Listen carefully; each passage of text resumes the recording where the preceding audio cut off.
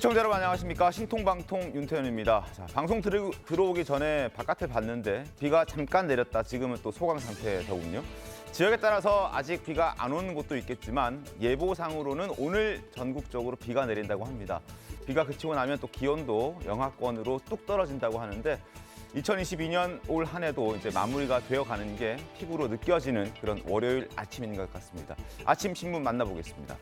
조선일보 보시죠. 7년간 하락 전망까지 나왔다. 어떤 내용일까요? 바로 부동산 내용입니다.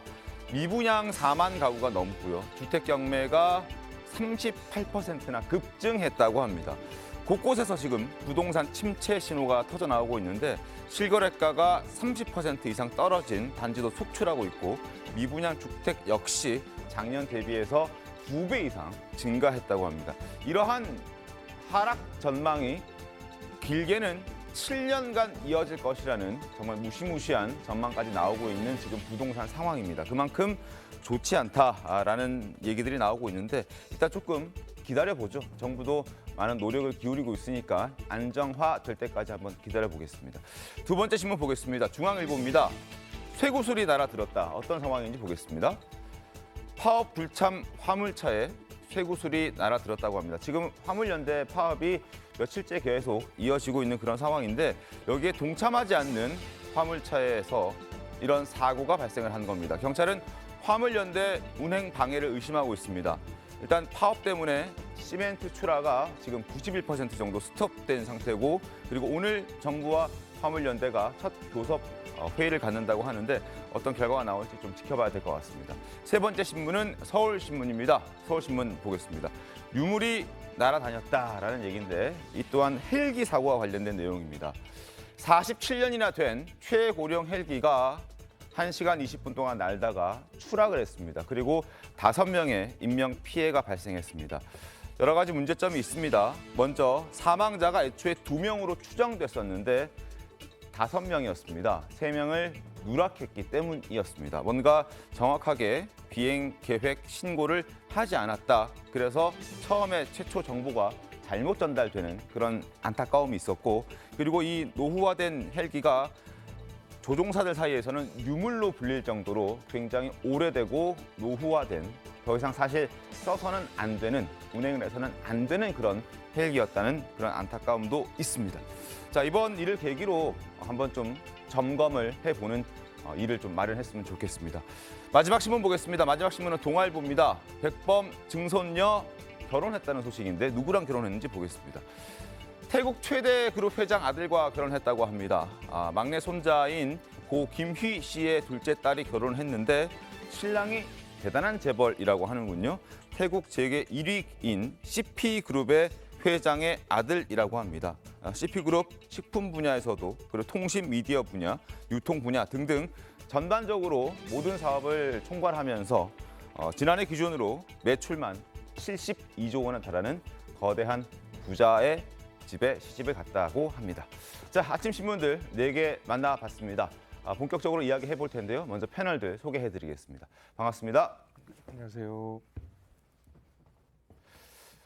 지난 9월 한동훈 법무부 장관의 퇴근길을 한 달여간 미행한 혐의로 수사를 받던 더 탐사 측이 어제 낮에 기습적으로 한동훈 장관의 자택을 무단 침입해서 경찰이 출동하는 일이 발생했습니다. 어제 어떤 일이 있었는지 먼저 영상으로 만나보겠습니다.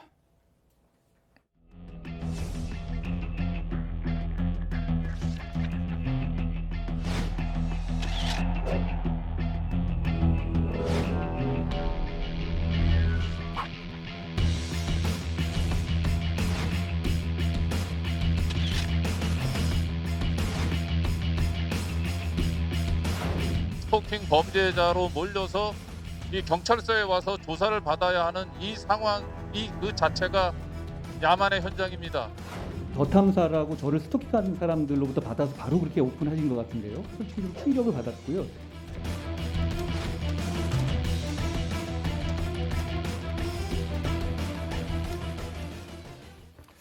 바로 신문 만나보겠습니다. 조선일보 신면입니다. 더 탐사가 한동훈 법무부 장관의 자택 현관문 앞에서 압수수색 느껴봐라 이렇게 얘기하면서 그 장면들을 생중계했다는 소식이 전해졌습니다. 아파트 건물에 일단 무단 침입했다. 그리고 한동훈 법무부 장관은 이 사실을 보고받고 난 다음에 보복 범죄 혐의 등으로 경찰에 고발했다고 합니다.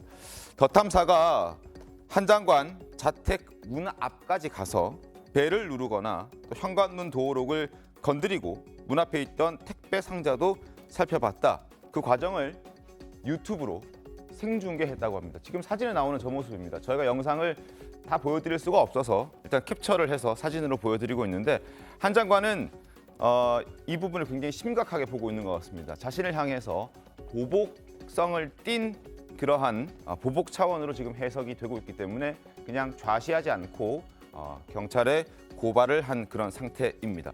어떻게 좀 보셨습니까? 있을 수 있는 일입니까? 저는 정상적인 취재가 아니죠. 우리가 네. 본인들이 밝혔잖아요.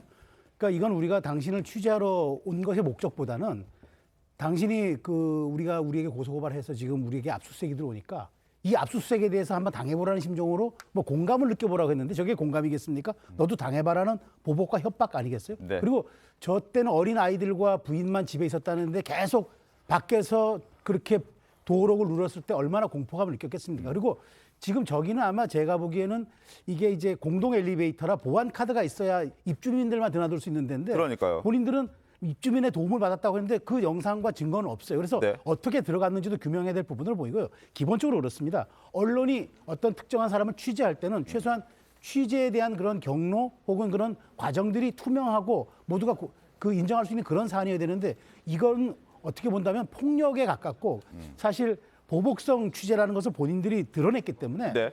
더군다나 지금 한동훈 장관의 스토킹에 대해서 지금 수사까지 받고 있는 더 탐사가 이렇게 됐다면 저는 이거는 황색 저널리즘을 넘어서 이거는 폭력에 가까운 저널리즘의 행사다 이렇게 저는 볼 수밖에 없습니다. 알겠습니다.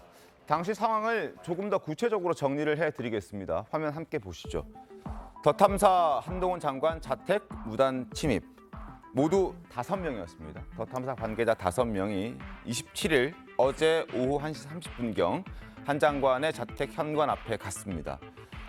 수차례 소리를 질렀다고 합니다. 한 장관 있느냐? 더 탐사에서 취재하러 나왔다라고 수차례 현관문 앞에서 소리를 질렀고 도어록 해제를 시도했고 초인종도 누르고 택배물도 살펴봤다고 합니다. 그리고 한 장관이 이름 없는 머플러 착용하던데 우리가 타보고 있다. 뭐 이런 얘기들도 그 자리에서 했다고 하는군요. 결국 인기척이 없자 1분 30초 뒤에 현장을 떠났습니다.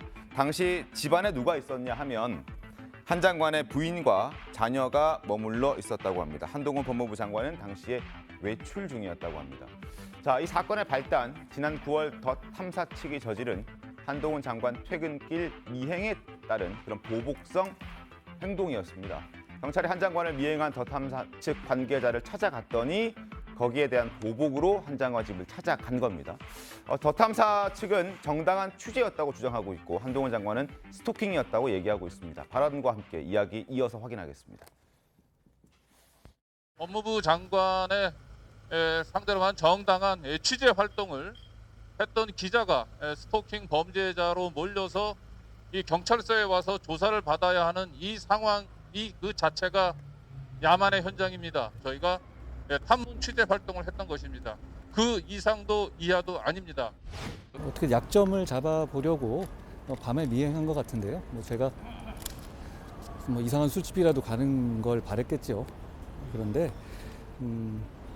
이 나라가 미운 사람 약점 잡으려고 밤에 차량으로 반복해서 미행해도 되는 나라에서는 안 된다고 생각합니다.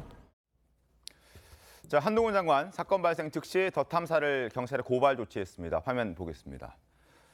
경찰, 누군가 찾아와 유튜브 촬영과 주거 침입을 했다라는 신고를 받고 현장 출동했다. 한 장관은 공동 주거 침입과 보복 범죄 혐의로 고발했고 더 탐사는 스토킹한 혐의로 고소당한 것에 대한 보복성으로 자택을 무단 침입했다는 것이다라고 얘기를 하고 있습니다. 자, 이러한 행태를 두고 언론들의 비판도 쏟아지고 있습니다. 조선일보 보겠습니다. 한 장관 아파트 문 앞에서 생중계한 더 탐사, 취재를 빙자한 폭력이다라고 조선일보 지적했습니다. 실제로 대법원에서 아파트 현관과 복도 등 공동 공간에 무단으로 들어가는 행위도 주거 침입으로 판단한 바가 있다고 합니다. 그리고 더 탐사는 최근 채널 커뮤니티 게시판에 이런 얘기도 했다고 하는군요. 웹 디자이너 채용 공고를 올렸는데 윤 그리고 한 등이 때려 죽여도 싫으신 분 등의 조건을 내걸어서 약간의 비판의 목소리를 좀 많이 받고 있는 그런 상황입니다. 어쨌든 취재를 빙자한 폭력이다라고 조선일보는 규정을 했는데 최단 변호사는 어떻습니까? 법원에서 법적 처분이 가능한 상황입니까? 네, 지금 한동훈 장관 같은 경우에는 말씀하시는 것 같이 주거침입죄 그리고 보복범죄로 지금 고소를 했습니다. 네. 근데 둘 다 저는 처벌이 가능하다고 보고요. 이 대법원에서 말씀하신 것처럼 이 복도 같은 경우에도 공용 공간이기 때문에 일반적으로 무단으로 들어간 행위가 안 되는데 이 무단이라는 의미가 만약에 억지로 들어간 것이 아니라 다른 주민이 들어갈 때 따라 들어갔다 하더라도 마찬가지입니다. 왜냐하면 공용 공간 같은 경우에는 들어올 수 있는 사람을 제한해 놨어요. 네. 거기에 있는 예를 들면 주민들이라든지 아니면 주민들이 초대한 사람 아니면 들어올 수 있게 허가받은 사람이어야 되는데 지금 더 탐사 같은 경우에는 한동훈 장관뿐만 아니라 그 지역에는 다른 주민들도 불안을 느끼고 경찰에 전화를 해서 신고를 했단 말이죠. 그렇기 때문에 주거침입이 될 것으로 보이고 네. 보복범죄 같은 경우에는 고소나 고발에 의해서 이것을 보복하기 위해서 그 당사자나 그런 친족에게 위력을 가한 경우에도 해당되기 때문에 저는 두 군데 다 이제 괜찮을 것 같은데 문제는 도탐사가 이것이 취재의 일환이라고 합니다. 근데 취재라고 하는 것도 적법한 범위 내에서 하는 것이 취재이기 때문에 위법한 행위 내에서 하는 것은 취재에 해당하지 않는다 이렇게 생각이 됩니다. 설전 변호사 어떻습니까? 그러니까 취재 방법이라든지 취재 대상 이런 것들이 좀 문제가 될 소지가 있습니다. 이제 한동훈 장관이 공적 인물이지 않습니까? 네. 공적 인물은 아무래도 일반 사인에 비해서는 취재의 대상이 될 확률이 높고요. 그 취재의 대상이라는 것이 어떤 공공성을 띌 확률이 높다는 것입니다. 근데 지금 더 탐사 측에서 얘기를 어저께 보인 그 행동은 언론사라고 보기에는 조금 어렵습니다. 그 목적 자체가 본인들이 밝히고 있지만은 압수수색에 대한 당해봐라, 너도 당해봐라라는 식으로 왔기 때문에 이게 정당한 취재인지, 그다음 취재의 목적이 무엇인지를 밝히지는 않았어요. 그렇다고 그런 와중에 예를 들어서 어떤 뭐 시정 장치를 조금 이렇게 이걸 훼손하려는 하거나 아니면 그걸 열려고 하는 시도를 했다라는 거, 이런 부분들이 어찌 보면 정당한 취재의 범위에 해당하는지 이 부분은 저는 더 탐사가 조금 그 방법을 넘었다라고 생각을 해요. 언론사가 공공의 인물에 대해서 예를 들어서 취재를 할 수 있습니다. 우리가 예를 들어서 뭐 정치인에 대한 취재 이런 네. 것들 다 집 앞에 가서 뭐 소위 말하는 뻗치기 네. 이런 것도 할 수 있거든요. 근데 그걸 예를 들어서 다 뭐 주거 침입으로 고발하거나 그러지는 않습니다. 네. 그렇지만은 어떤 목적 없는 취재 활동 그리고 보복성 이런 감정적인 취재 활동이 과연 정상적인 업무 범위에 들어가는지에 대해서는 한번 살펴봐야 될 것 같습니다. 알겠습니다. 위법 소지가 좀 다분하다 이런 의견들을 두 분 변호사께서 주셨습니다. 그리고 사실 더 탐사는 시민 언론이라고 본인들을 이제 홍보를 하고 있습니다. 그러나 정확한 것은 다만 유튜브 방송, 유튜브 채널이지 방송사라든지 신문사, 언론사는 아님을 분명하게 말씀을 좀 드리겠습니다. 그리고 실제 방송을 보거나 홈페이지를 보면 고개를 좀 갸우뚱하게 하는 그런 부분들이 꽤나 많습니다. 방송 중에 갑자기 떡볶이를 판매한다든지 아니면은 화분을 판매한다든지 이런 다소 언론사라고 보기에는 어려운 그런 행동들을 많이 해왔기 때문에 본인들도 잘 알 거라고 생각이 됩니다. 그리고 보시는 시청자 여러분께서도 한번 저런 모습들을 보면서 잘 판단을 해주셨으면 좋겠습니다. 실제로 본인들은 끝까지 언론사라고 주장을 하고 있지만 그 정체성에 대해서는 의문부호를 다는 사람들이 꽤나 많습니다.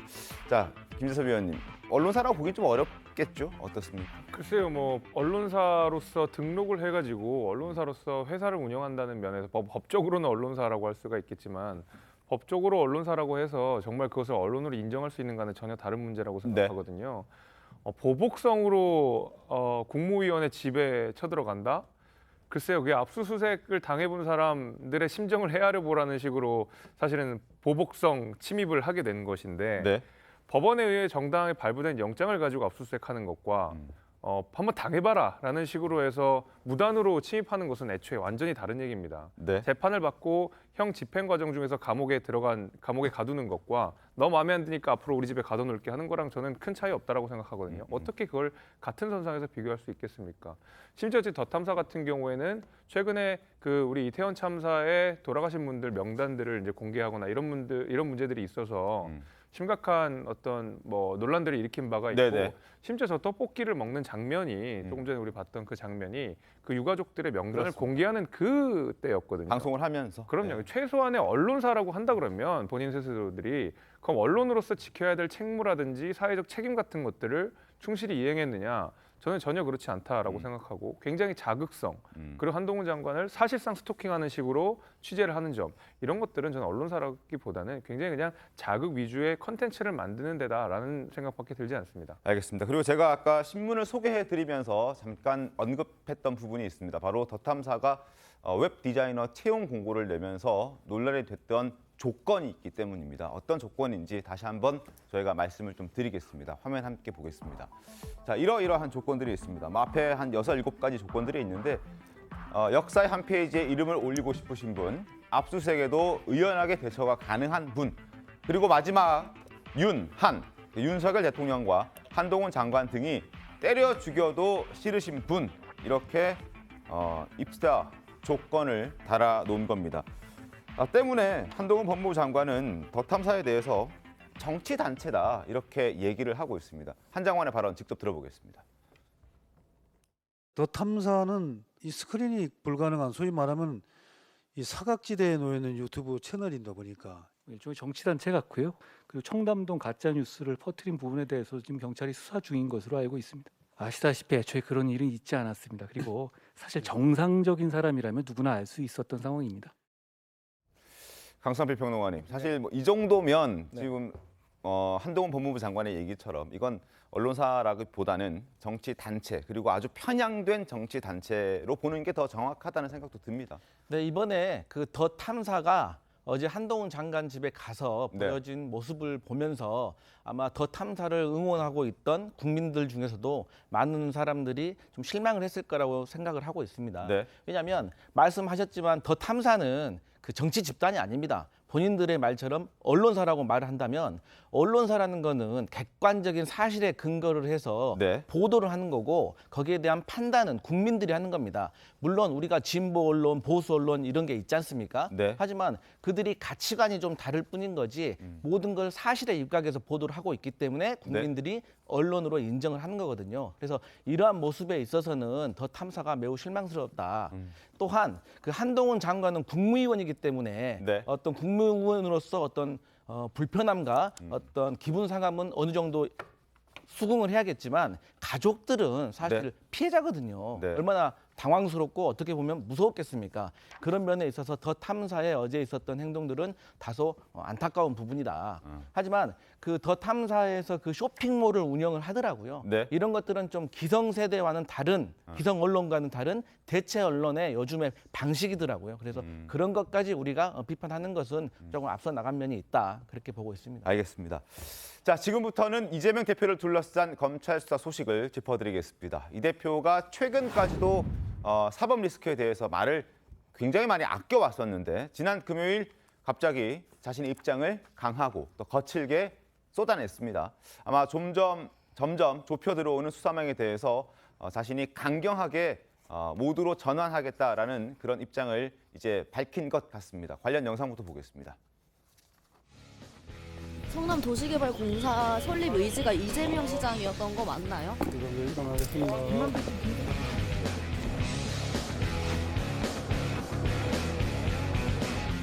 천화동의 1호 누구 거라고 보십니까?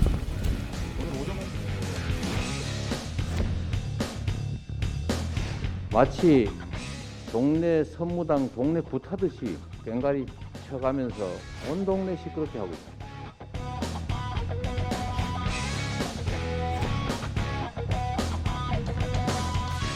수사의 목적이 진실을 발견하는 것입니까? 사실을 조작하는 것입니까? 언제든지 털어보십시오.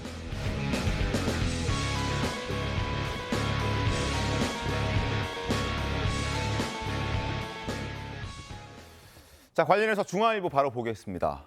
검찰 언제든 털어봐라라고 이재명 대표가 얘기를 했습니다. 그만큼 자신은 자신 있다 이렇게 얘기를 하는 것 같고 이재명도 당도 강경 대응 모드로 전환하는 것 같습니다. 일단 이 대표가 입장을 낼 수 있을 것으로 예상되는 날짜는 취임 100일을 맞고 있는 그 전후가 될 것이라는 전망이 나오고 있습니다. 이 대표의 강공 전환 취임 100일 다음 날인 5일을 전후해서 공식 표명될 가능성이 있다. 다음 주 5일이 이제 일주일 뒤에 월요일입니다. 그래서 그때 나올 가능성이 있다. 여러 가지 방식들이 있을 수 있습니다. 기자간담회라든지 아니면 당일 최고위원회 회의에 모두 발언 그리고 페이스북 메시지 등 여러 방식을 검토 중이라고 한다. 그러나 뭐가 됐든 간에 자신을 향한 수사에 하나하나 반박하는 형식이 될 것이다 라고 얘기를 하고 있습니다. 그럼에도 불구하고 민주당 내에서는 이러저러한 의견들이 있는데 다만 이 대표 특유의 돌파력이 사법 리스크 국면에서도 통할지는 미지수라는 의견도 있습니다. 이미 조홍천 의원을 포함해서 몇몇 의원들은 유감을 표명하지 않고 있는 이 대표를 압박했고 침묵하는 의원들조차도 이제 타이밍을 보면서 비판의 목소리를 쏟아낼 준비를 하고 있는 것 같다는 얘기들도 조금씩 들리고 있습니다. 자, 지난 금요일 강경 발언을 쏟아냈던 이 대표의 목소리를 조금 더 자세하게 직접 들려드리겠습니다. 내 계좌나 내 가족들의 계좌는 얼마든지 다 확인하라라고 공개 발언을 했고 이미 재산 신고도 명확하게 했고 출처도 분명하게 밝힌 것인데 이 연기도 적절히 해야지 이 연기 능력도 엉망인데다가 이런 식으로 계속 계좌를 털다 보면 계좌 다 달아 없어질 것 같습니다. 검찰이 수사를 해야지 쇼를 해서 해야 되겠습니까? 마치 동네 선무당 동네 굿하듯이 꽹가리 쳐가면서 온 동네 시끄럽게 하고 있습니다. 수사의 목적이 진실을 발견하는 것입니까? 사실을 조작하는 것입니까? 언제든지 털어보십시오. 취임 100일 전후가 아마 될 것이다라는 전망들이 나오는데 일단 만약에 그때 한다면 예상대로 그때 자신의 입장을 낸다면 어떤 메시지가 나올지 좀 궁금합니다. 어떻습니까? 저는 뭐 사과나 유감 메시지가 나올 것 같지 않아요. 왜냐하면 지금 발언했잖아요. 어저께 쇼하지 마라 했지 않습니까? 네. 쇼하지 말라는 얘기는 나는 그 쇼에 들러리 서지 않겠다는 얘기를 분명히 전 한 걸로 봐요. 그래서 네. 지금 뭐 당에서는 사실 이재명 대표의 사법 리스크가 지금 이재명 대표를 거의 목전까지 지금 향하고 있으니까 우리가 이렇게 당이 한 몸으로 가서는 안 된다. 출구 전략을 짜야 되고 플랜 B를 해야 되는 것 아니냐는 일각의 목소리가 나오는데 네. 저는 그것이 지금 민주당 내에 어찌 보면 현실적인 이유라고 보고 저는 이재명 대표가 그러니까 지금 국정조사를 여야가 합의했기 때문에 아마 내년 1월까지는 막 이른바 말하는 방탄국회가 될 수 있어요. 근데 1월 이후에 다시 그때 모든 사안에 대해서 구속 체포영장이 국회에 부의될 경우에는 갈 경우에 과연 이것이 민주당이 계속 거부할 수 있는 것인가? 지금 얼마 전 조선일보가 얘기했지만 대쌍성이라는 표현을 썼잖아요. 대장동, 쌍방울, 그다음에 성남FC. 네. 지금 이재명 대표가 뭐 58명 검사가 뭐 꽹가리 치듯 털고 있다는데 왜냐하면 너무 많기 때문에 그래요. 대쌍성 의혹에다가 그다음 백현동 개발 의혹 있죠. 그다음에 법인카드 유용 의혹 있죠. 네. 그렇게 소리가 날 수밖에 없는 구조예요. 너무 혐의가 많기 때문에. 그래서 이재명 대표 저렇게 이야기하는 거는 방탄국회 그 야당 탄압이라고 얘기하는 프레임은 짜긴 좋겠지만 설득력이 없다고 보고요. 다만 저는 이재명 대표가 어떤 식으로 지금이라도 내지 않으면 당의 균열은 지속화될 수밖에 없다.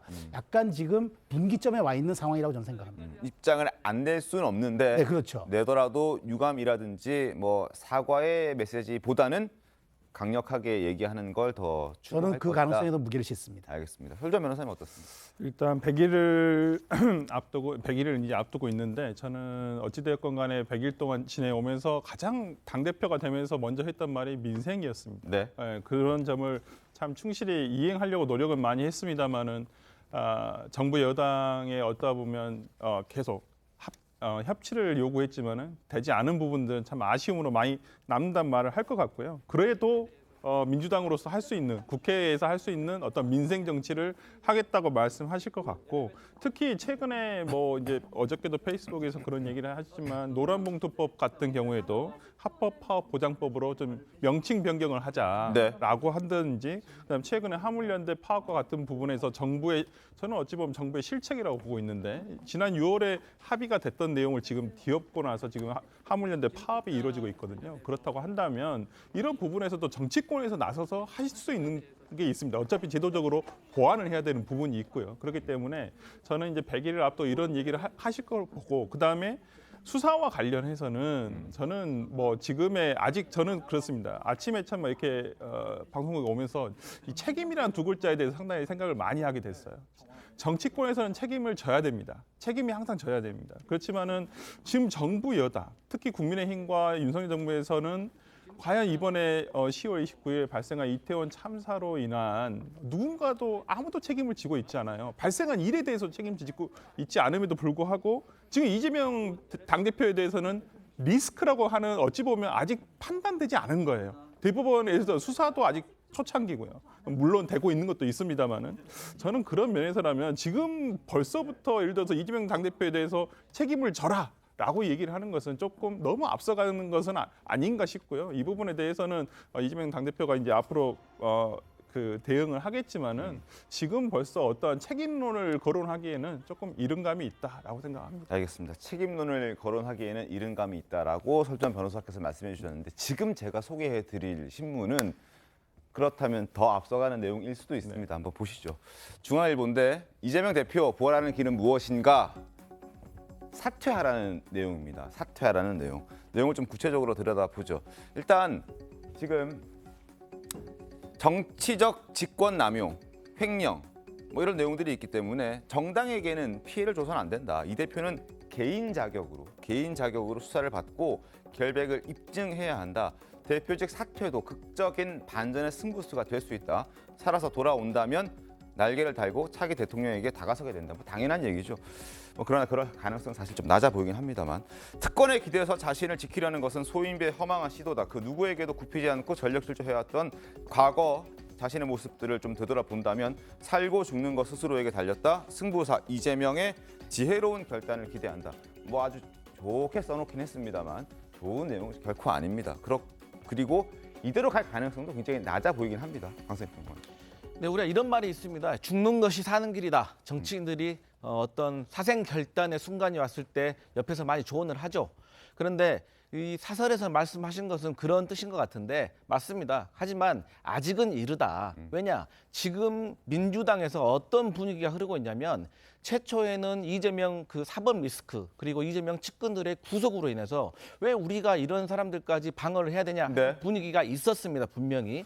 하지만 최근 들어 검찰이 그 압박을 많이 하면서 이 사정 정국이 전방위적으로 펼쳐지면서 그 민주당에서는 어떤 분위기가 다시 반전으로 돌아가고 있냐면 이러다 우리 단일 대우가 깨지면 우리는 총선 때 필패한다. 이럴 때일수록 우리가 하나로 뭉쳐 있어야지 우리가 살 수 있다. 그러기 위해서는 원내에서 우리가 할 수 있는 카드를 가지고 최대한 투쟁하자라는 분위기가 있기 때문에 이런 분위기가 지도부에게도 연결이 될 것이고 이러한 분위기를 가지고 아마 사생 결단의 어떤 의지로 나중에 사퇴하는 일까지는 벌어질 수 있겠지만 지금 당장은 좀 앞선 예측이다 그렇게 보고 있습니다. 일각에서는 단일 대우가 지금 조금씩 흐트러지고 있고 균열이 생기고 있다라는 지적들이 많았는데 오히려 그런 지적들이 나오다 보니까 똘똘 뭉치는 계기가 됐다 이런 말씀이신 거죠? 맞습니다. 알겠습니다. 김대섭 의원 어떻게 보십니까?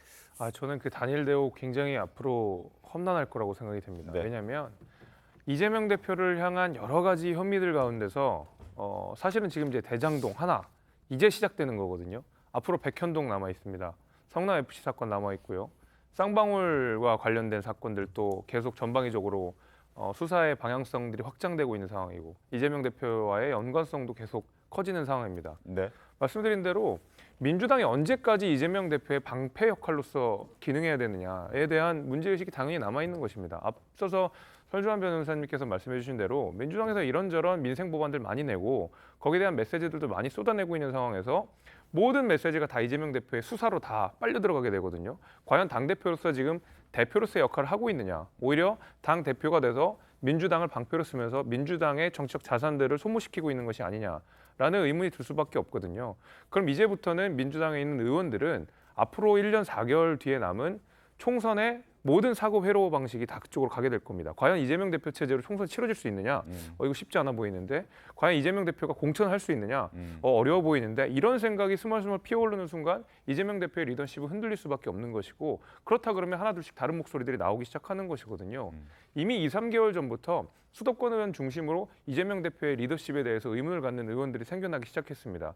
지금은 자신의 이름을 걸고 이재명 대표에 대한 비판들을 아끼지 않고 있거든요. 조홍천 의원이 대표적입니다. 저는 그런 의미에서 이재명 대표가 부활을 한다라는 명제가 성립을 하려면 이재명 대표를 향한 수사가 사실은 정치 탄압이었다. 검찰의 무리한 수사였다라는 전제가 깔려야지만이 이재명 대표가 부활한다는 명제가 성립을 할 텐데 사실 이재명 대표가 지금 검찰의 수사에서 빠져나가기가 굉장히 어려워 보이는 상황 속에서 정치적 부활이 상당히 어려워 보인다라는 생각도 듭니다. 알겠습니다. 상황을 좀 보겠습니다. 그런데 이런 지금 김재섭 위원처럼 이런 전망을 해주시는 분들은 아마 법원에 대장동과 관련된 그 재판에 아마 주목을 하고 있을 겁니다. 이 대표를 겨냥한 진술들이 더욱 늘어나고 있습니다.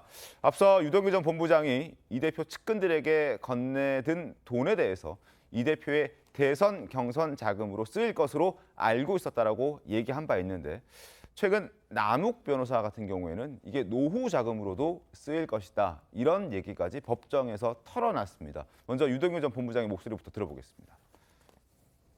봉투가 이런 봉투다. 이런 봉투 여기에 예를 들어서 1,000만 원이 들어가? 500만 원이 들어가? 그럼 그 봉투를 검증하잖아요. 사이즈하고 모든 것이 다 이제 검증이 돼야 되잖아요. 여기 넣어줬어요. 그런데 여기에서 만약에 1억 원이 안 들어가. 그러면 잘못된 진술이잖아요. 김용 부원장에게 이제 자금 넘길 때 이게 대선 자금으로 쓰일 거라는 걸 좀 알고 계셨을까요? 경선 자금을 알고 있습니다. 대선이 아니라 경선이라고 한 건 이유가 있나요? 대선에는 자금이 나오니까 돈이 필요 없죠. 경선 때는 돈이 안 나오잖아요. 자, 남욱 변호사의 최근 재판에서의 진술을 화면으로 함께 설명드리겠습니다. 남욱 변호사, 천화동인 1호 지분은 유동규, 정진상, 김용뿐 아니라 이재명 대표도 공유했다라고 얘기합니다. 유동규 전 본부장이 4번의 선거와 그리고 이재명 대표 노후 자금용이라고 말했다라고 남욱 변호사가 법정에서 진술을 했습니다. 4번의 선거는 대통령 경선 포함해서 그다음 경기도지사 선거, 성남시장 선거 등등 이번에 대선까지 마찬가지입니다. 그리고 노후 자금용이라 하면 428억 원이 사실 뭐 이재명 대표 혼자 다 쓸 걸로 보진 않았지만 그중에 상당수가 이재명 대표를 위해서 쓰일 것으로 남욱 변호사는 생각했고 그렇게 들었다라고 본인의 어떤 주장을 법정에서 한 겁니다. 이런 진술은 법정에서 어느 정도 효력을 발휘합니까? 일단 굉장히 구체적이죠. 그러니까 이 네. 돈이 흘러갔을 때에 돈이 흘러가는 자금의 목적이 있습니다. 근데 그 목적이 선거 자금이고 그리고 노후 자금이다. 네. 라는 것이기 때문에 보통 이제 뇌물이라든지 정치 자금이 흘러가려면 그 목적이 있고 시기가 있는데 네. 그 돈이 흘러갔을 때의 시기와 맞는다면은 그럼 굉장히 진술의 신빙성이 높아지는 거죠. 그리고 여기에다가 지금 노후 자금용이라는 게 새로 나왔는데 저 노후 자금용이라고 하는 것의 특징은 뭐냐면 이제까지는 정치 자금이라고 해서 많이 보셨던 정치적 공동체, 그러니까 네. 김용 그리고 정진상 얘기가 나옵니다. 그러면 그런 정치 자금 대선, 그러니까 경선 자금과 관련된 것이라면 김용과 정진상과 관련되어서 공동체로서 공범의 역할을 할 수 있는 것인데 노후 자금이라는 그것 한마디로 검찰이 보는 것은 이재명 대표의 개인 돈으로 들어가는 거예요. 그럼 거기에는 정치적 공동체라는 용어가 필요 없습니다. 그냥 이재명 대표가 혼자 책임을 지는 것이기 때문에 그러면 이재명 대표에게 들어가는 금액이 훨씬 높아지겠죠. 네. 형량이 높아질 수밖에 없어서 새롭게 나온 저 노후 자금용이라는 것도 의미 있는 진술이라고 볼 수 있습니다. 알겠습니다. 그리고 남욱 변호사 김만배 씨와 관련해서도 진술을 했습니다. 화면 함께 보겠습니다. 김만배 씨가 어떻게 해서 이 대장동 일당에 포함이 됐느냐? 이재명 시장과 친분이 있는 다른 유력 정치인들과 김만배 씨가 친분이 있어서 그 사람들을 통해서 이 시장을 설득하는데 어떠한 역할을 할 수 있을 거라고 본인들이 판단했던 것 같습니다. 그래서 김만배 씨를 섭외했고 그 한 팀으로 만들었다 이런 얘기들이 나오고 있습니다. 특히 남욱 변호사는 지금 이런 언론 인물들을 거론하면서 김만배 씨의 역할을 특정화했는데 어떻습니까? 이 법조 기자 출신이어서 사실 왜 들어가 있냐라고 생각도 한 적이 있는데 뭐 역할들이 좀 구체적으로 있었던 것 같긴 합니다. 그렇죠. 그러니까 우리가 얘기하면 역할 분담들이 있었던 것 같으니까 김만배 씨는 대외 로비용, 그다음에 네. 남욱 변호사는 뭐 자금 조달, 그다음에 그 정영학 회사는 내부 구조를 설립하는 사람, 그리고 이제 유동규 씨는 그 중간에서 그쪽과 연결하는 그 이른바 성남시 핵심 실세들과 연결한 연결고리 뭐 이런 식으로 아주 구체적으로 짜여 있었던 것 같아요. 그렇기 때문에 저는 검찰이 정치적 공동체라는 그 용어를 공소장에 기술한 것 같고 총류라는 표현을 썼다는 게 많이 주목된다고 하지 않습니까? 네네. 그러니까 이 지금 428원에 대한 돈이 누구 하나가 그냥 개인적으로 가져갈 수 있는 그런 구조가 아니라 함께 이게 그 같이 이제 이것을 공동운명체처럼 가져갈 수밖에 없는 구조. 저는 그래서 이게 바로 우리가 흔히 언론에서 이야기하는 저수지, 자금의 저수지라고 표현하는 그게 아닌가라는 합리적 저는 의심을 합니다. 다만 남욱 변호사의 저런 그 전원 증거들이 네. 법정에서 진술을 받기 위해서는 효력을 받기 위해서는 그 김만배 씨가 여기에 대해서 내가 했다라는 얘기를 구체적으로 해야 되는데 검찰 공소장에서는 그 얘기를 했던 걸로 나와 있어요. 그렇지만 법정에서 진술하는 거는 위증죄에 해당되기 때문에 정말 김만배 씨가 해줄 수 있느냐 이게 가장 관건인 것 같은데 남욱 변호사는 아무래도 이 법조 지식을 많이 갖고 있는 사람이라 그런 어떤 역할 분담에 대해서 지금은 자기 역할을 최소화하면서 분명한 이제 그 관계들을 설정하면서 자기가 조금 형량을 낮추자는 의도는 있어 보이는데 저는 그렇지만 남욱 변호사의 저런 진술들이 실체적 진술에 가깝게 다가가는 퍼즐 맞추기의 핵심적인 증거가 될 수 있어서 김만배 씨가 과연 법정에서 어떻게 유의미한 진술을 해주느냐 이게 저는 검찰이 마지막 남은 관건으로 생각이 됩니다. 알겠습니다. 지난주 금요일에 김만배 씨가 출소 이후 처음으로 이제 법정에 출석을 해서 재판에 참석을 했는데 적어도 지금까지 나오는 언론 보도를 보면 남욱 변호사라든지 유동규 전 본부장처럼 김만배 씨가 입장을 과거에서 바꾼 것 같지는 않다고 합니다. 그러나 또 상황이 지나면 어떻게 될지 또 지켜봐야 될 부분이어서 그 부분은 저희가 항상 끝까지 지켜보도록 하겠습니다. 그리고 지난 주말에 윤석열 대통령이 여당인 국민의힘 지도부를 만나서 만찬 활동을 가졌습니다. 지난 금요일이었습니다. 이 자리에서 윤석열 대통령이 청담동 술자리 의혹에 대해서 딱 한마디 했습니다. 어떻게 얘기했는지 보겠습니다. 새벽 5시에 일어나서 조간신문을 본다. 무슨 3시까지 청담동에서 술을 마실 수 있었겠느냐라고 일축을 딱 했습니다. 그 자리에 국민의힘 지도부를 포함해서 여러 명이 참석을 했는데 그렇게 얘기를 한 거죠. 도어 스태핑을 준비하려면 새벽 5시에 일어나서 조간신문을 다 봐야 한다. 무슨 새벽 3시까지 술을 마셨겠느냐. 상식적으로 그건 말이 안 된다. 거짓말이다. 물론 경찰의 수사 결과도 지금 중간 상황이긴 합니다만 청담동 첼리스트를 조사하면서 이게 약간 허위의 가능성에 대해서 경찰도 무게를 두고 있는 그런 상황이긴 하잖아요. 어쨌든 그런 상황에서 3시까지 술을 마실 수 없었다라는 본인의 상황을 설명을 했습니다. 그리고 하나 더. 윤석열 대통령은 한동훈 법무부 장관 역시 나랑 친하고 오래 일하는 건 맞는데 그만큼 그 사람이 술을 마시지 않는다는 것도 잘 알고 있다. 그리고 술자리에 참석을 마지못해 하더라도 그 사람은 2차는 절대 가지 않는다라고 이렇게 얘기를 한 것으로 지금 알려져 있습니다. 어찌됐든 도어 스태핑 준비를 나름 열심히 한다는 것도 간접적으로 확인을 할 수 있었는데 절대 아니라고 얘기합니다. 어떻게 보십니까? 예, 절대 아니어야죠. 이게 절대 있어서도 안 될 것이고요. 당연히 저도 대통령의 말씀 그대로랄 거라고 저도 믿고 싶습니다. 네. 일단은 이게 당연히 대통령으로서 술을 마신다는 것 자체가 술을 드실 수는 있겠습니다만은 과거 노무현 대통령 같은 경우에는 포도주로 일부러 이렇게 만찬에서도 그러니까 포도주 와인을 나와도 본인은 포도주스로 이렇게 잔을 건배를 하고 그랬거든요. 왜 술을 안 드시냐? 근데 노무현 대통령이 원래 술을 안 드신 분이 아니거든요. 근데 대통령은 유고가 발생하면 안 된다는 거예요. 어느 순간에도 5년 동안에는. 그렇기 때문에 저는 윤석열 대통령이 노무현 대통령 많이 좋아하기도 하고 인간적으로 좋아하기도 하고 존경한다고 하셨으니까 이러한 점도 조금 본을 받으셨으면 좋겠고요.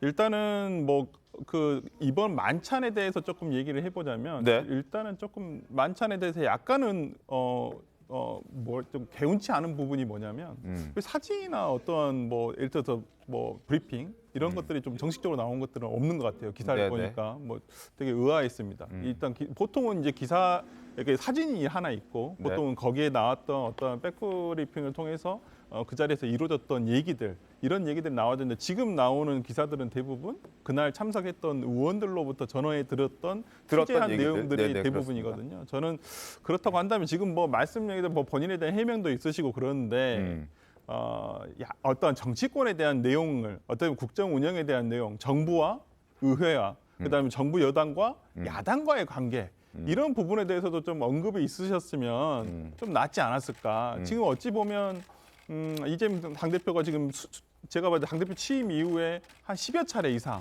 한번 만나자. 만나서 뭘 하든 안 하든 일단은 만나는 게 중요하다라고 생각을 하시는데 최근까지도 그런 만남에 대한 논쟁이 있지 않았습니까? 그래서 인간적으로 싫어하기 때문에 안 만난다는 얘기도 있지만 대통령실에서도 또 그 부분은 아니다라고 얘기하셨기 때문에 저는 그런 면에서라면 어떤 이러한 야당과의 관계라든지 이런 부분에 대해서 여당이 어떻게 좀 해주라 이런 얘기가 좀 있으셨다면 오히려 조금 더 건실한 만남이지 않았을까 싶은데요. 알겠습니다. 네. 싫어서 이렇게 기사들을 보면은 이재명 대표도 마찬가지고 윤석열 대통령도 마찬가지고 서로가 불편하고 싫어서 안 만난다 이런 지적들도 있습니다만 사실 대통령과 야당의 대표가 만나려면 그 전에 사전 협의라는 것들이 다 이루어져야 하고 그런 과정에서 여야 민주당과 국민의힘이 좀 서로 협치를 해야 하는데 그 과정이 잘 안 되다 보니까 만남이 이루어지지 않을 수밖에 없지 않느냐 이런 생각도 들긴 합니다. 어찌됐든 민주당에서는 그날 그 만찬 자리에서 왜 사진 한 장 공개하지 못하느냐, 영상 한 컷 왜 보여주지 못하느냐 이런 지적들이 상당히 많은데 비공개 만찬했다는 부분에 있어서 비판도 그런 차원에서 굉장히 많이 나오고 있습니다. 그러나 그럴 수도 있다라고 보는 시각도 있을 수 있잖아요. 그러니까 이게 사실 그 관저에 초청한 비공개 만찬이잖아요. 네. 그러니까 물론 이게 정당의 행사고 또 대통령과 여당 지도부의 만남이니까 사진 공개할 수 있어요. 그거는 이제 필요하다면 공개할 수 있겠지만 저는 제가 보기에 오히려 저게 이제 국정조사 합의를 하고 난 이후에 여당 지도부를 이제 정말 출범 처음 불러가지고 이렇게 서로 만찬을 하는 거잖아요. 그래서 저는 오히려 그런 것들이 어떤 사진 몇 개 나가는 게 더 오히려 그냥 밖에 여러 가지 말들을 증폭시킬 수 있어서 그냥 편안하게 여러 가지 국정 현안 전반에 대해서 아주 소통을 했다. 그래서 저는 굳이 왜 사진이 없느냐. 그러니까 이렇게 사진 이야기 왜 전속 들어가고 민주당에서 과도하게 좀 하는 김건희 여사한테 할 때도 왜 자꾸 풀기자 안 붙이고 전속 붙이느냐. 이번에는 왜 전속도 들어가지 않고 왜 사진 하나 공개하지 않느냐 이렇게 얘기하는데 너무 그런 쪽에 집착하는 거는 제가 보기에 지엽적인 거고요. 오히려 지금 저는 이제 관저 정치가 시작됐기 때문에 관저 만찬 정치를 윤 대통령이 앞으로 어떻게 더 확대시켜 나가고 이거를 정말 정치력과 국정 운영 동력이 어떻게 유용하게 활용하느냐. 이게 지금 약간 그러니까 시발점을 시작한 것 같아서 저는 오히려 이 점에 유의미한 의미를 좀 두고 싶어요. 알겠습니다. 국민의힘 지도부들 만나기 전에 윤핵관들도 따로 불러서 만찬했다는 보도도 있긴 했었습니다. 이제 관저가 완벽하게 이제 갖춰졌기 때문에 이 자리에서 어떤 정치력을 발휘하는 윤 대통령의 소식이 좀 많이 들렸으면 하는 그런 바람입니다. 그리고 술자리 의혹 얘기를 조금 더 이어갈 텐데 한동훈 법무부 장관이 김의겸 의원에게 이렇게 얘기했죠. 사과할 필요 없다. 법적 대응을 하겠다. 법적 조치를 받아야 한다. 이렇게 얘기를 했던 적이 있습니다. 그리고 실제로 김의겸 의원은 다소 좀 아쉬운 그런 유감 표명 외에는 정식적인 사과는 지금 하지 않고 있습니다. 목소리 확인하겠습니다. 김의겸 의원은 사과하실 필요가 없습니다. 그분은 책임을 지셔야죠. 제대로 된 법적 책임을 지시 않으신다면 앞으로도 국회의원 배지 뒤에 숨어서 선량한 국민들 상대로 거짓말하면서 해코지하고 다니실 겁니다. 앞으로 그렇지 못하시게 제가 확실하게 법적 책임을 이번에 묻겠습니다. 당 내에서 그 대변인님 그 전에 술자리 발언 관련해서 책임을 져야 한다. 어제 제가 입장문 낸 걸로 가름하겠습니다. 따로 그럼 조치에 대해서는 고민은 안 하시나요? 네. 자, 진정성이 좀 없는 김의겸 의원의 유감 표명이라는 지적들이 많았습니다. 심심한 유감을 표한다. 유감을 표한다라고 할 게 아니라 정말 사과드립니다. 이렇게 했었어야 되는 것 아닌가 하는 지적들이 있는데 어떻게 보십니까, 최단 변호사님? 일단 그 한 장관이 이렇게 강하게 김의겸 의원 같은 경우에는 법적인 책임을 져야 된다. 사과가 필요 없다. 이렇게까지 된 데에는 그동안 김의겸 의원이 반복적으로 허위 뉴스를 만들고 유포하고 이랬다라고 이제 한 장관은 생각을 하고 있습니다. 근데 이번에도 가짜라고 거의 다 이제 수사 결과 드러났던 이 청담동 술자리 의혹 같은 경우에 그 경우에 이제 국회에서 심지어 제기한 사건이고 이 최고위원회에서도 그것을 이제 틀었던 사건인데 네네, 여기에 대해서 지금 김의겸 의원 같은 경우에는 사과를 심심한 유감을 표한다. 그리고 윤석열 대통령 등 관련된 분들에게, 그러니까 한 장관은 빠져 있습니다. 여기에다 더해서 다시 그날로 되돌아간다고 해도 같은 질문을 할 수밖에 없다. 이렇게 얘기를 한다면 한 장관의 입장에서 아니면은 본인이 사과의 대상으로 생각했던 윤석열 대통령 등 관련된 분이 과연 내가 진정성 있는 사과를 받았고 앞으로 김의겸 의원이 허위 뉴스를 다시는 만들지 않고 유포하지 않겠다라는 생각을 갖고 있는가라고 생각이 안 들 것 같거든요. 그러면 한 장관이 강경한 태도를 돌릴 것 같지는 않습니다. 알겠습니다. 자, 이렇게 얘기를 하는 데는 과거 김의겸 의원도 대변인 시절에 자신이 했던 발언이 있기 때문입니다. 화면 보겠습니다. 곽상도 전 의원이 문재인 대통령 딸 가족 문제를 지적했습니다. 아세안 국가로 이주한 사실을 확인했고 이주 사유와 경호 비용과 뭐 이런 것들을 밝혀라 이렇게 지적을 했습니다. 그런데 그때 김의겸 당시 청와대 대변인이 어떻게 얘기했냐면 대통령 가족에 대한 근거 없는 음해성 허위사실 유포에 대해서 개탄스럽다라고 얘기를 했고 자료 취득 경위와 자료 공개의 불법성에 대한 확인을 하고 우리는 조치를 취할 것이다 이렇게 얘기했습니다. 그 목소리 직접 들어보겠습니다. 자유한국당 곽상도 의원이 거론한 갖가지 억측 또한 전혀 사실이 아닙니다. 곽 의원의 자료 취득 경위와 자료 공개의 불법성에 대해서는 확인 후 응분의 조처를 취할 것입니다. 자, 저렇게 얘기를 했었기 때문에 본인의 발언에 대해서 비판을 많이 받고 있는 겁니다. 자, 내로남불이라는 지적을 피할 수 없겠죠? 그렇죠. 아니 대통령 그 대변인 시절에 그 야당 의원이 합리적으로 제기한 부분을 자료 취득 경위와 자료 공개 불법성 이 얘기했는데 본인은 협업까지 했다고 했잖아요. 더 탐사와 협업까지 했는데 그럼 여기에 대해서 어떤 협업을 했는지 밝혀야 되잖아요. 그러니까 저는 민주당이 문재인 정부 5년 내내 왜 내로남불 정당 이게 옥스퍼드 사전에 오를 정도로 이렇게 국제적으로 유명해진 그런 정당이 되었냐. 말이 앞뒤가 안 맞고 전에 했던 말과 지금 했던 말이 과거는 옳고 지금은 다르다. 이렇게 얘기하기 때문에 그래요. 저는 그래서 김의겸 대변인이 유감이라고 표명했는데 유감은 듣는 저희들이 지금도 유감이 있는 겁니다. 유감은 본인이 있는 게 아니라 유감은 사과를 해야죠. 구체적으로 내가 안 하겠다. 그다음에 뭘 잘못했다. 그다음에 재발 방지 약속하고 그다음에 앞으로 이런 기회가 온다면 꼼꼼하게 검증해서 제대로 된 사실을 국민 앞에 드리겠다. 이렇게 해야 국민들이 그동안 김의겸 의원의 발언이 정말 이건 반성하는구나 되는데 지금 김의겸 의원은 폭로만 하면 지금 사타수 무안타예요. 병살타도 많이 쳤어요. 그러면 저는 민주당에서 감독이 좀 다음 경기를 내보내는 걸 좀 고민해 봐야 되지 않을까 싶은데 김의겸 의원의 저런 약간 뭐랄까 비아냥거리는 태도가 저는 과연 공당의 대변인으로서 저게 적절한가 그리고 정말 사과할 의지가 있는가 이런 부분들은 저는 좀 민주당 그 내부에서 좀 제대로 좀 들여다봐야 합니다. 국민들 지금 여기에 대해서 굉장히 지금 불신하고 있다는 거 좀 알아야 될 것 같아요. 알겠습니다.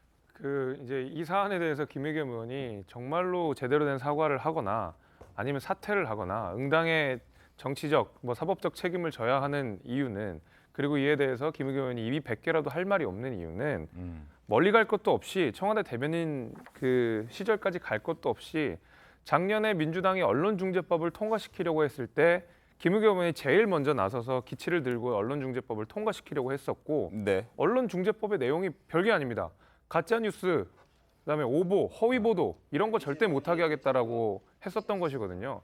완전 1년 만에 1년도 되지 않은 사이에 입장이 바뀌어가지고 가짜보도, 허위보도, 최소한의 사실관계조차 확인하지 않은 내용에 대해서 국무위원을 향해서 국감장을 그렇게 혼란스럽게 만들었었던 것이거든요.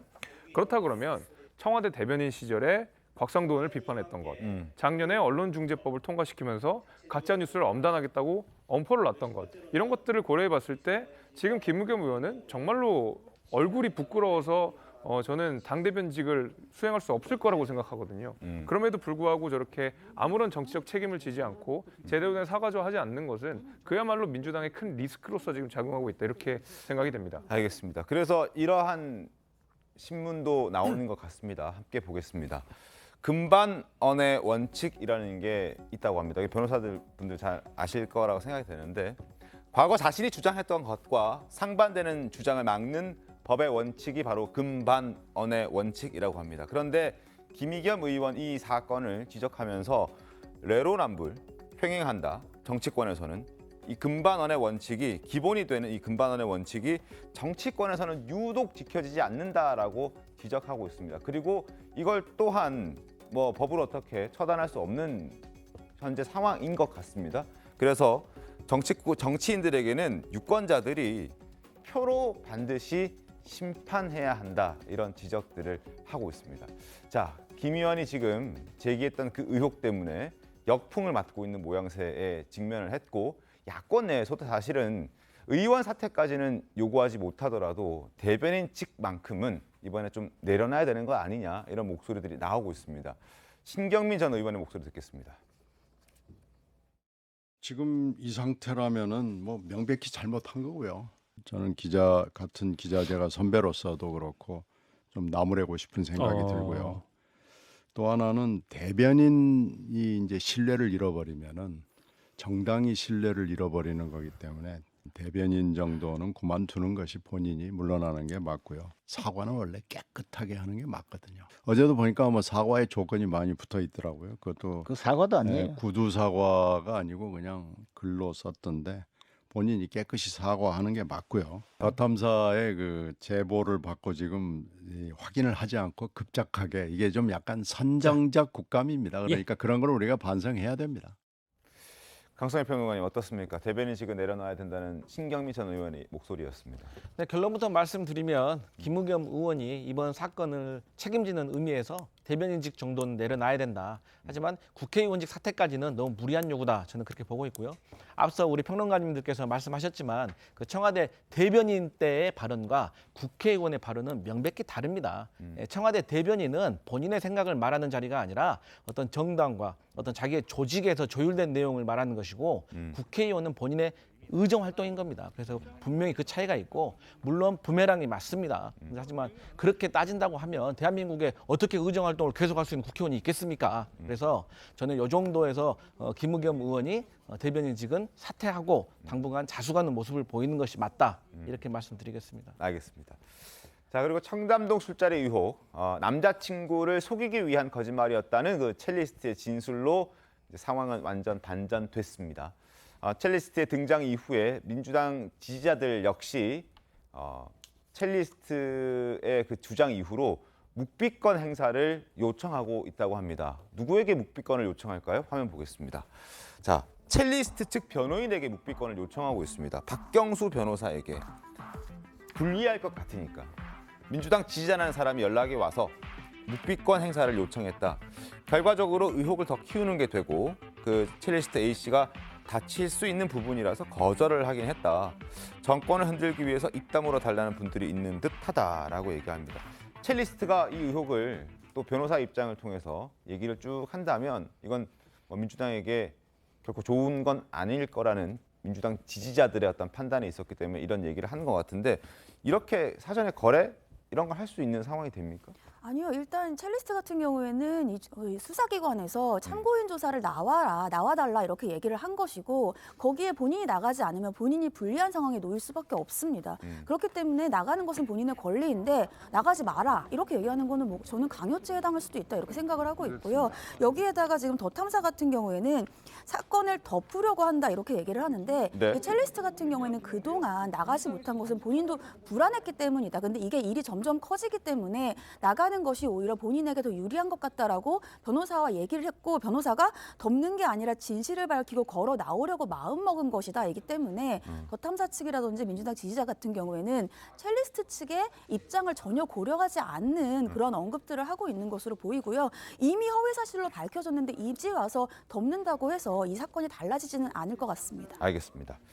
자, 다음 주제 가겠습니다. 김건희 여사가 캄보디아에 갔을 때 그 만났던 심장병 어린이가 다음 달 2일 한국으로 들어와서 심장병 수술을 받게 됐다는 희소식이 전해졌습니다. 관련해 신문 보겠습니다. 자, 지금 캄보디아에서 수술을 받게 된 그 소년 로타의 사진입니다. 다음 달 아산병원에서 심장 수술을 받게 되는데 이 로타 군은 환자 이송용 비행기인 에어 앰뷸런스를 타고 한국으로 들어와서 아산병원에서 수술을 받습니다. 국내 치료비 서울 아산병원과 아산재단이 전액 지원하기로 했다. 희소식이 전해졌습니다. 병으로 힘들어하는 그 어린 한 소년의 생명을 살리는 그런 기분 좋은 소식이 전해졌는데 사실 장경태 의원을 필두로 당시 민주당이 이 김 여사의 개인 행동을 외교적 결례다. 심지어 빈곤 포르노라는 자극적인 단어까지 동원해가면서 정치적 쇼라고 비난을 했었습니다. 그런데 결과는 아주 좋게 나왔습니다. 수술이 필요한 어린아이가 수술을 받게끔 선한 영향력을 미쳤습니다. 그리고 김 여사가 그 어린 아픈 아이를 찾아갔을 때 이런 얘기도 했었죠. 의료원이 국내외에 더 많이 알려져서 한 명의 생명이라도 더 구할 수 있다면 그 가정이 행복해지고 우리 사회 전체가 희망으로 밝아지게 될 것이다. 이런 희망을 주는 일에 보탬이 된다면 더 적극적으로 역할을 하겠다. 이렇게 얘기했습니다. 캄보디아 정부 역시 이런 김 여사에게 고마움을 표시했습니다. 화면 이어서 보겠습니다. 주한 캄보디아 대사가 지금 이 민주당이 제기하고 있는 문제가 너무 정치적으로 이슈화가 됐는데 좀 불편하다. 그리고 우리는 몸이 불편한 아이들에 대한 김건희 여사의 지원과 친절을 감사하게 생각한다라고 지난 20일에 코리아타임스와 인터뷰를 해서 이렇게 밝혀졌습니다. 김 여사의 방문으로 어린아이가 무상으로 심장병 수술을 받게 됐으니까 결과적으로 이제 사실 선한 영향력이 확인이 된 것이고 민주당도 더 이상의 공세는 좀 멈춰야 하지 않겠냐 하는 생각도 드는데 김대섭 의원님은 어떻습니까? 맞습니다. 이 애초에 그 민주당의 지적부터 조금 저는 오히려 지적하고 싶었는데 이 캄보디아에 대한민국이 꾸준하게 의료 지원을 해왔었습니다. 네. 그러니까 뭐 캄보디아가 감추고 싶었던 것을 대한민국 뭐 대통령의 부인이 와서 뭐 들쳤던 것도 애초에 아니었고요. 꾸준하게 대한민국이 지원했던 그 의료 지원의 일환으로서 다시 한번 이걸 재조명하게 한 것이고 김건희 여사가 방문한 이후에 우리 대통령실을 통해서 여러 가지 후원 문의들이 많이 있었다는 얘기가 네네네, 그렇습니다. 결과적으로 수술까지 받게 된 거 아니겠습니까? 이렇게 되면 결국 결과적으로는 굉장히 좋은 결과를 만들었고 민주당이 이걸 비틀어보지 않는 이상 대한민국 국민들 중에서 많은 분들 역시도 이 장면을 저는 좋게 봤을 거라고 생각이 되거든요. 이것을 정치적으로 뭔가 비판을 하려고 꼬집다 보니까 장경태 의원처럼 사실 출처도 불분명한 이야기를 야당 지도부로서 그 김건희 여사를 공격하는 데 활용하게 되고요. 커뮤니티에서 글을 출처해가지고 굉장히 불필요한 정치적 논쟁으로 소모됐던 면이 있었거든요. 외교라고 하는 것이 청성 없는 전쟁이고 결과를 가지고 이야기해야 되고 나온 결과를 바탕으로는 여야 막론하고 다들 지원을 해야 되는 것인데 이것을 너무 김건희 여사를 공격해야 되겠다라는 강박관념에 사로잡혀서 다소 정치적으로 좀 소모시켰던 것이 아닌가라는 비판을 저는 오히려 좀 하고 싶습니다.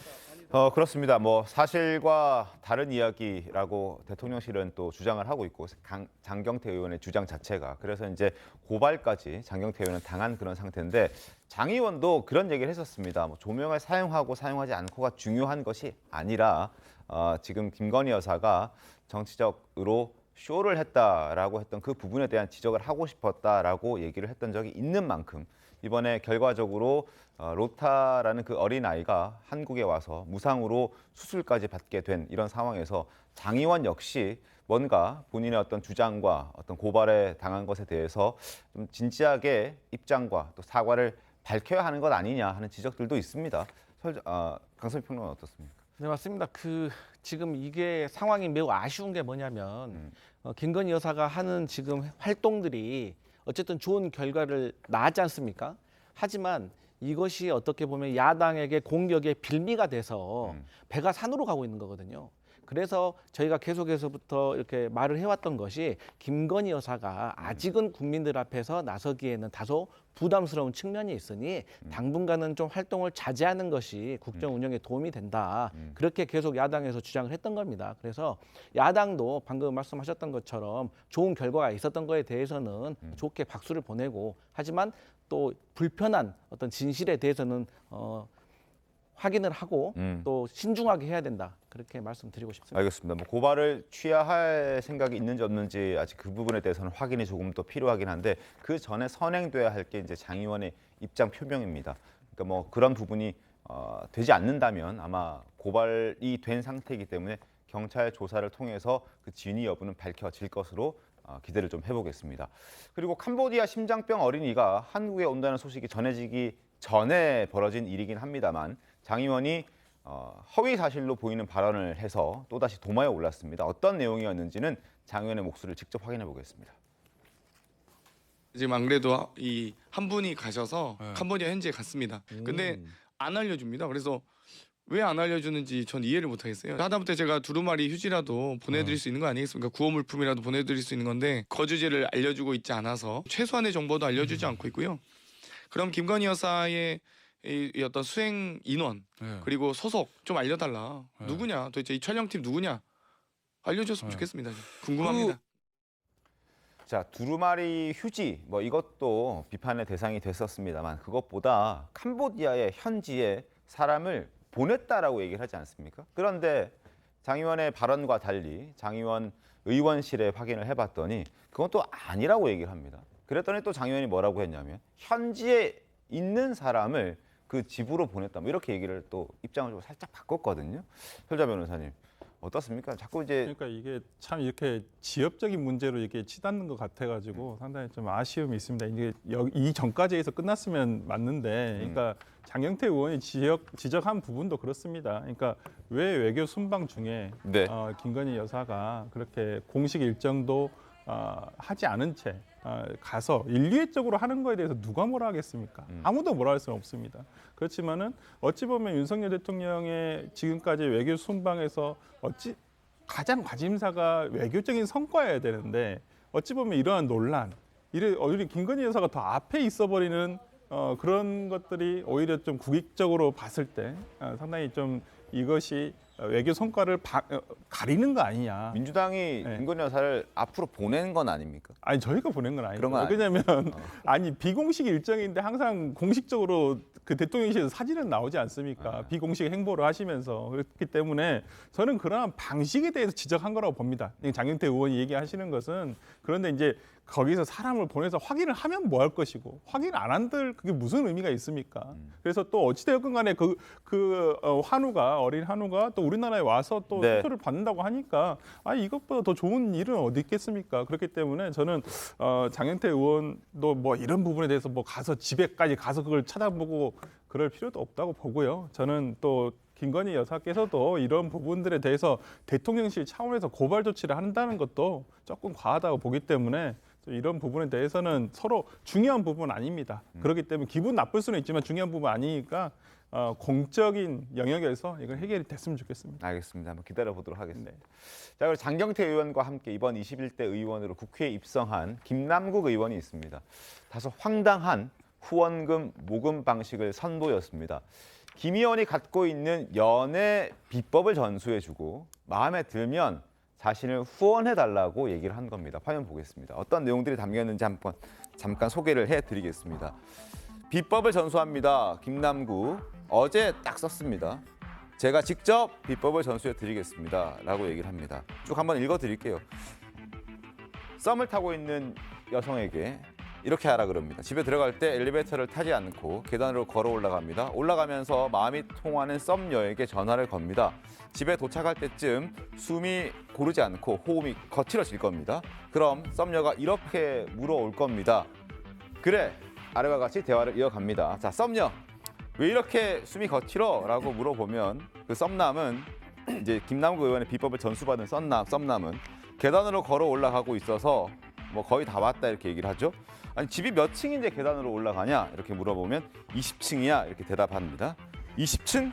엘리베이터 고장 난 거야? 힘들게 왜 걸어 올라가? 이렇게 얘기를 했을 때 이렇게 대답을 하라고 합니다.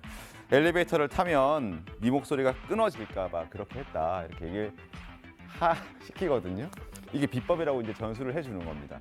이 글을 올려놓고 마음에 들면 후원금을 좀 내달라 이렇게 얘기를 한 건데, 후원금 얘기하기 전에 최다인 변호사님께 여쭤보겠습니다. 네.